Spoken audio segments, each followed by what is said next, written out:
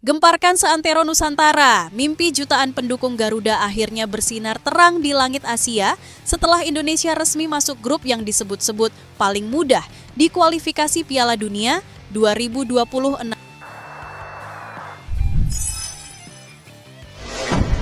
Kabar menggembirakan bisa saja datang untuk pecinta sepak bola tanah air.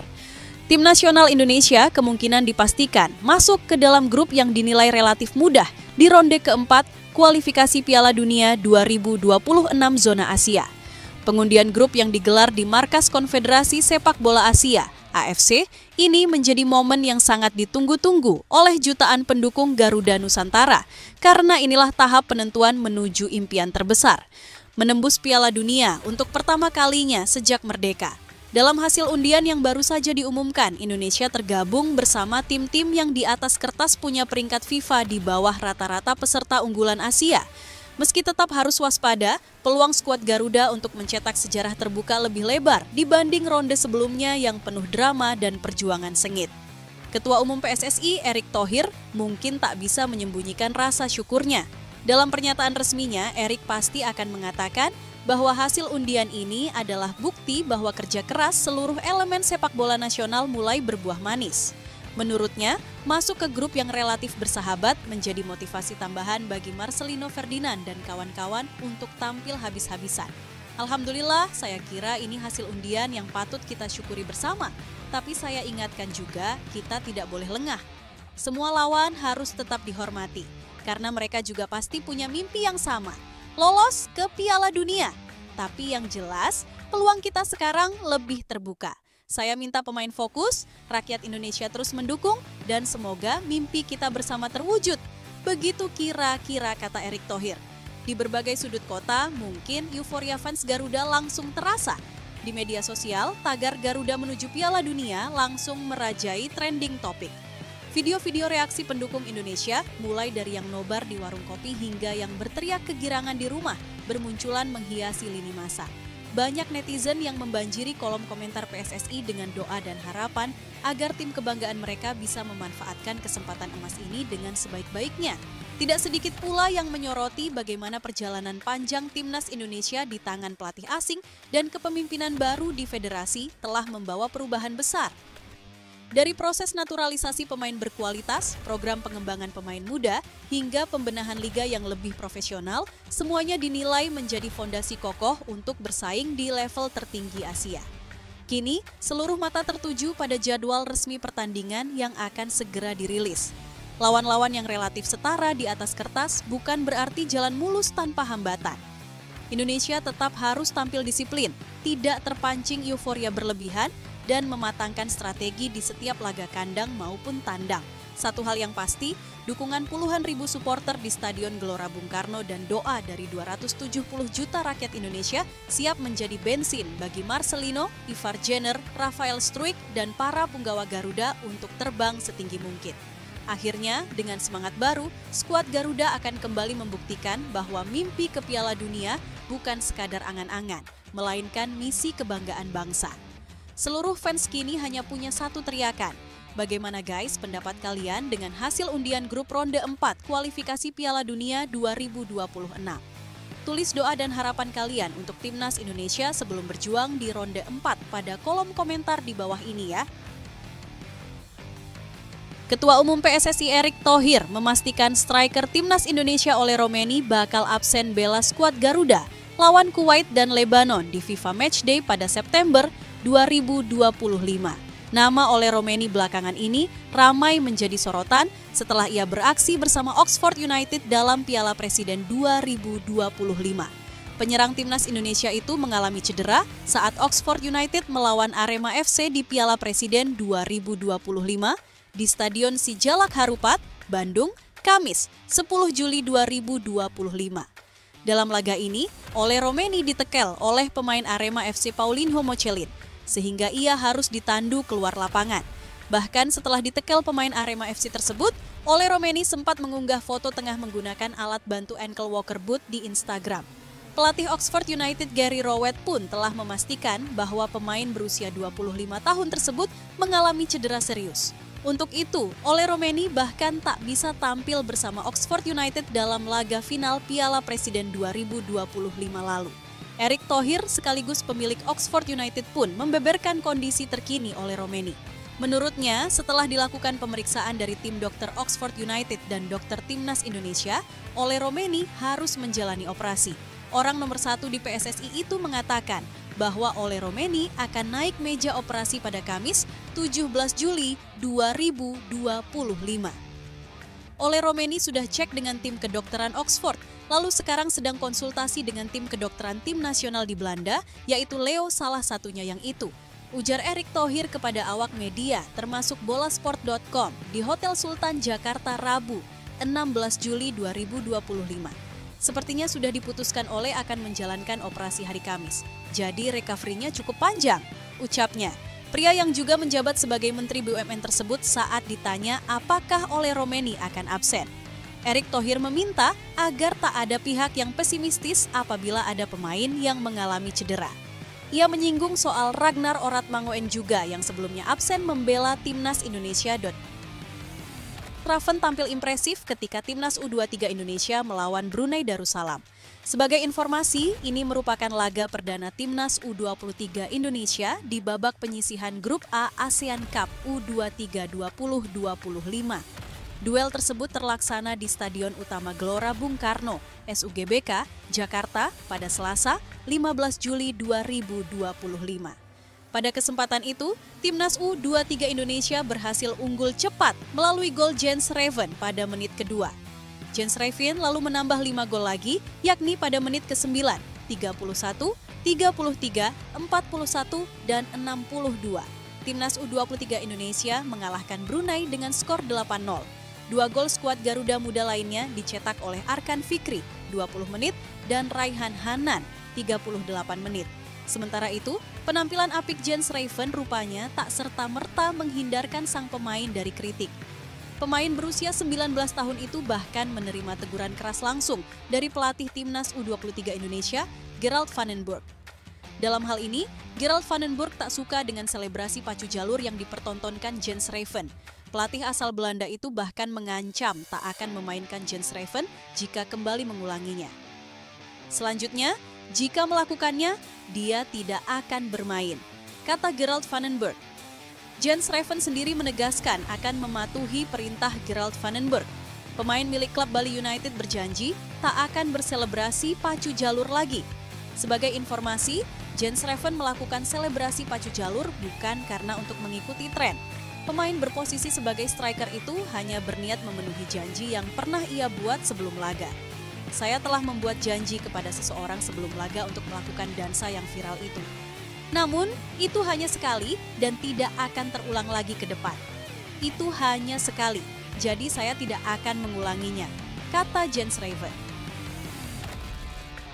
Laga Timnas U23 Indonesia versus Brunei Darussalam di Stadion Utama Gelora Bung Karno, SUGBK, pada Selasa, 15 Juli 2025, terpantau sepi penonton. Sebagai informasi, ini merupakan laga pembuka Timnas U23 Indonesia di ajang ASEAN Cup U23 2025. Pada kesempatan tersebut, Timnas U23 Indonesia berhasil mengalahkan Brunei dengan skor besar 8-0. Gol skuad Garuda Muda dicetak oleh Jens Raven, 2, 9, 31, 33, 41, dan 62, Arkan Fikri, 20, dan Raihan Hanan, 38. Sayang, aksi ini tak banyak ditonton langsung oleh supporter.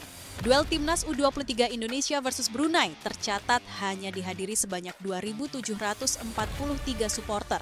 Hal ini disayangkan oleh Ketua Umum PSSI, Erick Thohir.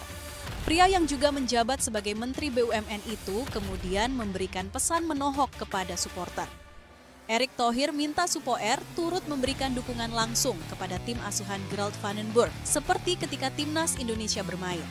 Erick Thohir ingin harapan tersebut bisa terwujud saat Timnas U23 Indonesia bertemu Malaysia. Seperti yang diketahui, Timnas U23 Indonesia dan Malaysia tergabung dalam grup yang sama di ASEAN Cup U23 2025. Sinar terang sedang menyorot tajam ke arah penyerang muda masa depan Timnas Indonesia, Jens Raven. Pemain berdarah Belanda Indonesia ini kembali membuat publik sepak bola nasional terpukau usai memborong 6 gol dalam satu pertandingan. Ketika Timnas Indonesia U23 membantai Brunei Darussalam U23 dengan skor mencolok 8-0 di ajang Piala AFF U23 2025 yang digelar di Stadion Gelora Bung Karno, Jakarta. Pertandingan yang berakhir dengan skor telak itu seolah menjadi panggung unjuk gigi bagi Jens Reven untuk membuktikan bahwa bakatnya bukan hanya isapan jempol. Dalam laga penuh dominasi itu, Reven tampil ganas, cepat, dan mematikan di depan gawang lawan.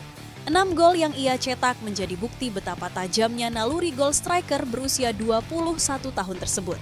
Namun, di balik euforia kemenangan dan performa luar biasa Reven, publik sepak bola Indonesia bisa saja dikejutkan oleh kabar yang tak kalah heboh.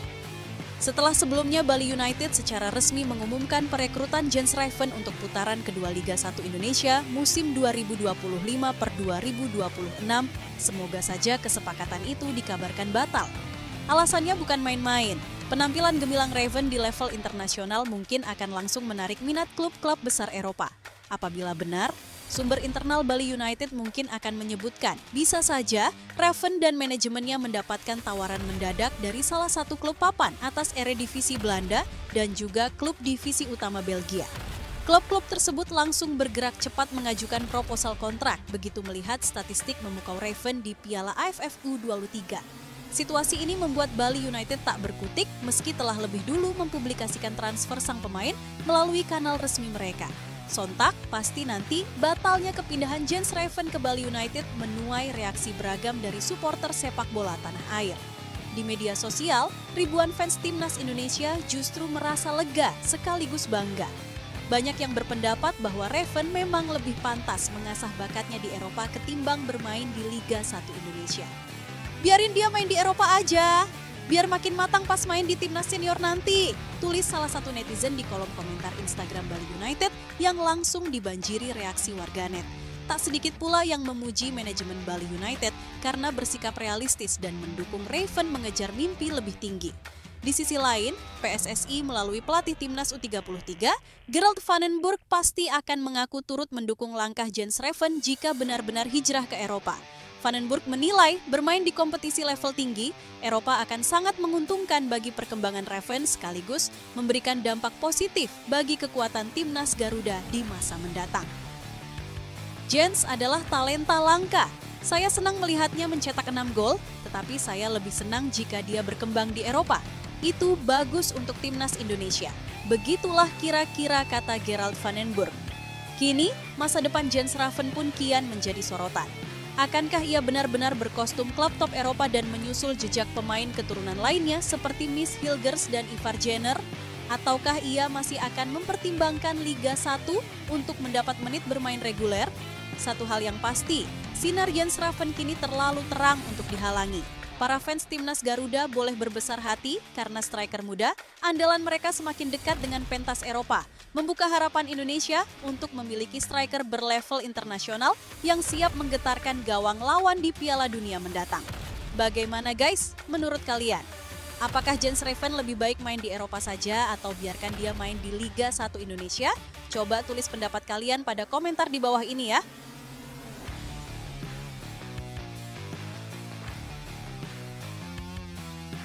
Ketua Umum PSSI Erick Thohir memberi pesan kepada tim nasional. Timnas Indonesia U23 yang baru saja menang 8-0 atas Timnas Brunei Darussalam U23 di laga pertama Grup A Piala AFF U23 2025 Selasa 15 Juli 2025 malam waktu Indonesia Barat. Ia meminta Jens Reven dan kawan-kawan tidak besar kepala mengingat banyak laga besar yang harus dihadapi. Ya, tadi kemenangan besar melawan Brunei 0-0 bukan suatu ukuran untuk kami memuaskan diri, kata Erick Thohir kepada awak media kelar laga di SUGBK Selasa 15 Juli 2025. Dari segi apapun, Timnas Indonesia U23 dominan atas Brunei U23. Bisa dibilang, Timnas Indonesia U23 belum mendapatkan perlawanan berarti di laga semalam. Erick Thohir meminta Timnas Indonesia U23 berbenah jelang melawan Filipina U23 di laga lanjutan Grup A Piala AFF U23 2025. Laga itu akan berlangsung di SUGBK Jumat 18 Juli. 2025 pukul 20.00 waktu Indonesia Barat. Filipina pun patut diperhitungkan timnas Indonesia U23. Sebab di laga pertama grup A Piala AFF U23 2025 di Ascals, julukan timnas Filipina U33 menang 2-0 atas Malaysia. Kami tahu tadi Filipina mengalahkan Malaysia 2-0. Artinya, kami tetap harus benar-benar memastikan strategi permainan dan jangan ada cedera pemain untuk supaya tampil yang baik melawan Filipina, ucap Erick Thohir. Erick Thohir juga meminta timnas Indonesia U23 tidak memandang remeh Filipina. Sebab Filipina sudah mengejutkan persepak bolaan Asia Tenggara dengan membungkam timnas Malaysia U33. Jadi, ini saya rasa Filipina tidak bisa dianggap remeh. Apalagi target kami mau lolos grup, bahkan mungkin bisa semifinal, bahkan juara. Tegas Erick Thohir, timnas Indonesia U23 membutuhkan 4 poin tambahan dari 2 laga sisa untuk melaju ke semifinal Piala AFF U23 2025. Jika total mengoleksi 7 angka, menarik menanti aksi lanjutan timnas Indonesia U23 di Piala AFF U23 2025. Setelah melawan Filipina U23, timnas Indonesia U23 akan menantang Malaysia U23 pada Senin 21 Juli 2025 pukul 20.00 waktu Indonesia Barat. Pelatih timnas Indonesia U23, Gerald Vandenberg, tak mau larut dalam kemenangan telak 8-0 atas timnas Brunei Darussalam U23. Sebab masih ada 2 laga kontra timnas Filipina U23 dan timnas Malaysia U23 di Piala AFF U23 2025. Duel timnas Indonesia U23 versus timnas Brunei Darussalam U23 2025 itu digelar di Stadion Utama Gelora Bung Karno SUGBK, Jakarta, Selasa, 15 Juli 2025 malam WIB. Garuda Muda menang telak 8-0. Jens Raven memborong 6 gol, 2, 9, 31, 33, 41, 62 menit ditambah sumbangsih Arkan Fikri 20 menit dan Raihan Hanan 35 menit. Kemenangan tersebut disambut dengan meriah. Kemenangan ini jelas menjadi modal bagus bagi Garuda Muda dalam menatap laga selanjutnya, di mana mereka akan menghadapi timnas Filipina U23 18 Juli dan timnas Malaysia U23 21 Juli. Vandenberg mengaku telah melihat permainan 2 calon lawannya di Man Filipina menang 2-0 atas Malaysia. Menurut penilaiannya, kedua kesebelasan memainkan permainan yang bagus. Pertama-tama, saya rasa pertandingan Filipina melawan Malaysia tadi juga merupakan pertandingan yang bagus.